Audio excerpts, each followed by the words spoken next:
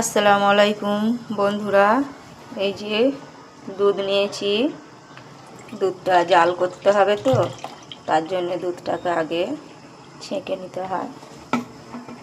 সন্ধ্যে 7টা না বাজতেই আমার ছোট মেয়েকে খিদে লেগে গেছে, তার জন্যে সব কিছু গরম করা হচ্ছে। গ্লাসে করে পানিও নিয়ে নিলাম।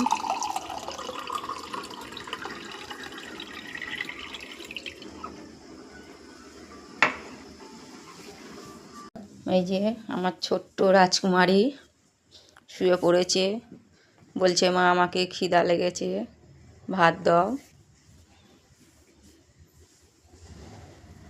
এই যে ভাত বাড়া হয়ে গেছে। আম্মু উঠে পড়ো, তোমার ভাত নিয়ে চলে এসেছি না। আচ্ছা বলো তো আম্মু, ভাত খাবার আগে কি বলতে হয়?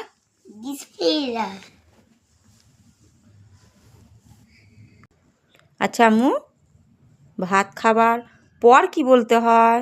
আলহামদুলিল্লাহ। গুড।